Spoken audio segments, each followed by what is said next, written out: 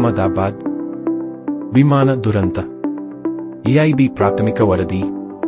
ಅಹಮದಾಬಾದ್ನಿಂದ ಲಂಡನ್ನತ್ತ June 12ರ ಮಧ್ಯಾಹ್ನ ಪ್ರಯಾಣ ಆರಂಭಿಸಿದ್ದ air ಇಂಡಿಯಾದ ಬೋಯಿಂಗ್ 787-8 ವಿಮಾನವು ಆಗಸಕ್ಕೆ ಹಾರಿದ 3 ಸೆಕೆಂಡುಗಳ ನಂತರ ಇಂಧನ ನಿಯಂತ್ರಣ ಸ್ವಿಚ್ಗಳ ಚಲನೆ ಅಥವಾ ಪರಿವರ್ತನೆ ಹಾಗೂ ನಂತರ ಎಂಜಿನ್ ಒತ್ತಡ ನಷ್ಟಕ್ಕೆ 2 ಎಂಜಿನ್ಗಳು ಸ್ಥಗಿತಗೊಂಡ ಪರಿಣಾಮವಾಗಿ ವಿಮಾನ ಪತನಗೊಂಡಿದೆ ಎಂದು ಪ್ರಾಥಮಿಕ ತನಿಖಾ ವರದಿ ತಿಳಿಸಿದೆ. ಈ ಮಧ್ಯೆ ಎಐಬಿ ವರದಿಯು ಪ್ರಾಥಮಿಕ ಮಾಹಿತಿಯನ್ನು ನೀಡುತ್ತದೆ. ಇದೇ ಅಂತಿಮವಲ್ಲ, ಆದರೆ ದುರಂತವನ್ನು ತಪ್ಪಿಸಲು ಸಾಧ್ಯವಿದ್ದ ಎಲ್ಲ ಕ್ರಮಗಳನ್ನು ಕೈಗೊಳ್ಳಲಾಗಿತ್ತೆ ಎಂಬುದನ್ನು ತಿಳಿಯಲು ನೆರವಾಗಲಿದೆ. ವರದಿಯನ್ನು ಒಟ್ಟಾಗಿ ಪರಿಶೀಲಿಸಲು ಮುಂದಿನ ದಿನಗಳಲ್ಲಿ ಪೈಲಟ್ಗಳೊಂದಿಗೆ ವಿಶೇಷ ಅಧಿವೇಶನಗಳನ್ನು ನಡೆಸಲಾಗುವುದು ಎಂದು ತಿಳಿಸಿದ್ದಾರೆ.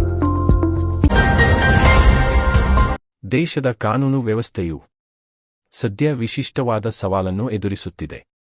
ಭಾರತದ ಕಾನೂನು ವ್ಯವಸ್ಥೆಯು ಸದ್ಯ ವಿಶಿಷ್ಟವಾದ ಸವಾಲನ್ನು ಎದುರಿಸುತ್ತಿದೆ ಮತ್ತು ಕೆಲ ಪ್ರಕರಣಗಳು ದಶಕಗಳಿಗೂ ಹೆಚ್ಚು ಕಾಲ ವಿಚಾರಣೆ ನಡೆಯುತ್ತಿವೆ ಎಂದು ಸುಪ್ರೀಂ ಕೋರ್ಟ್ ಮುಖ್ಯ ನ್ಯಾಯಮೂರ್ತಿ ಬಿ.ಆರ್. ಗವಾಯಿ ಶನಿವಾರ ಹೇಳಿದ್ದಾರೆ. ಹೈದರಾಬಾದ್ನ ನಲ್ಸಾರ್ ಕಾನೂನು ವಿಶ್ವವಿದ್ಯಾಲಯದಲ್ಲಿ ಘಟಿಕೋತ್ಸವ ಭಾಷಣ ಮಾಡಿ ಅವರು ಮಾತನಾಡಿದರು. ಕೆಲವೊಂದು ಪ್ರಕರಣಗಳಲ್ಲಿ ವಿಚಾರಣಾಧೀನ ಕೈದಿ ಹಲವು ವರ್ಷಗಳ ಸೆರೆವಾಸಗಳ ನಂತರ ನಿರಪರಾಧಿ ಎಂದು ಸಾಬೀತಾಗುತ್ತದೆ. ನಾವು ಇಂದು ಎದುರಿಸುತ್ತಿರುವ ಇಂಥ ಹಲವು ಸಮಸ್ಯೆಗಳನ್ನು ಪರಿಹರಿಸಲು ನಮ್ಮ ಪ್ರತಿಭೆ ನೆರವಾಗಲಿದೆ ಎಂದಿದ್ದಾರೆ. It is also important because our country and our legal system are facing unique challenges. Delays in trials can sometimes go for decades. We have seen cases where someone has been found innocent. After spending years in jail as an under trial, our best talent can help us resolve the problems that we are facing. To borrow the words of J.S. Rakoff, a senior federal district judge in the United States, from his book, Why the Innocent Plead Guilty and the Guilty Go Free, and other paradoxes of our broken legal system.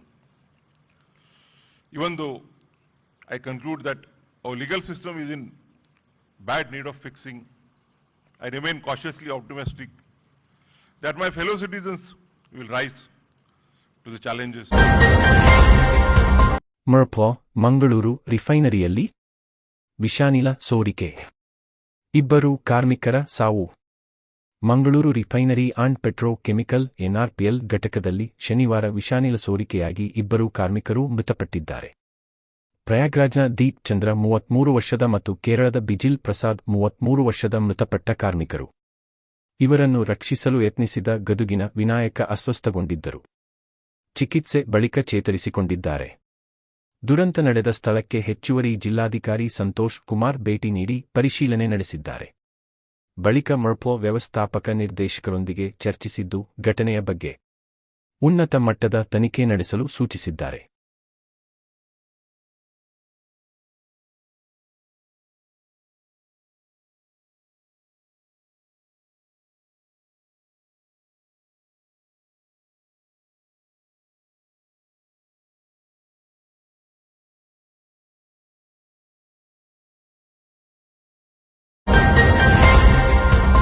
ಗೋಕರ್ಣದ ಗುಹೆಯಲ್ಲಿ 2 ಮಕ್ಕಳೊಂದಿಗೆ ರಷ್ಯಾದ ಮಹಿಳೆ ರಹಸ್ಯವಾಗಿ ವಾಸ.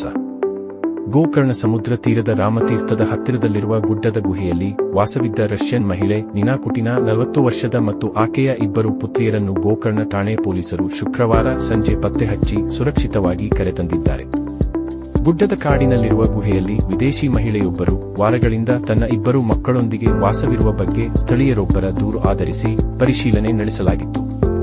Russian ಮಹಿಳೆಯು 6 ಮತ್ತು 4 ವರ್ಷದ 2 ಮಕ್ಕಳೊಂದಿಗೆ ಇದ್ದಿದ್ದು ಗಮನಕ್ಕೆ ಬಂದಿತು. ಇದು ಅಪಾಯಕಾರಿ ತಾಣವಾಗಿರುವ ಹಿನ್ನೆಲೆಯಲ್ಲಿ ಅಲ್ಲಿಂದ ಮಹಿಳೆ ಮತ್ತು ಮಕ್ಕಳನ್ನು ಕರೆತಂದು ಕಾರವಾರದ ಸ್ವೀಕಾರ ಕೇಂದ್ರಕ್ಕೆ ಸೇರಿಸಲಾಗಿದೆ ಎಂದು ಗೋಕರ್ಣ ಪೊಲೀಸ್ ಠಾಣೆಯ ಇನ್ಸ್ಪೆಕ್ಟರ್ ಶ್ರೀಧರ ಎಸ್.ಆರ್. ತಿಳಿಸಿದ್ದಾರೆ.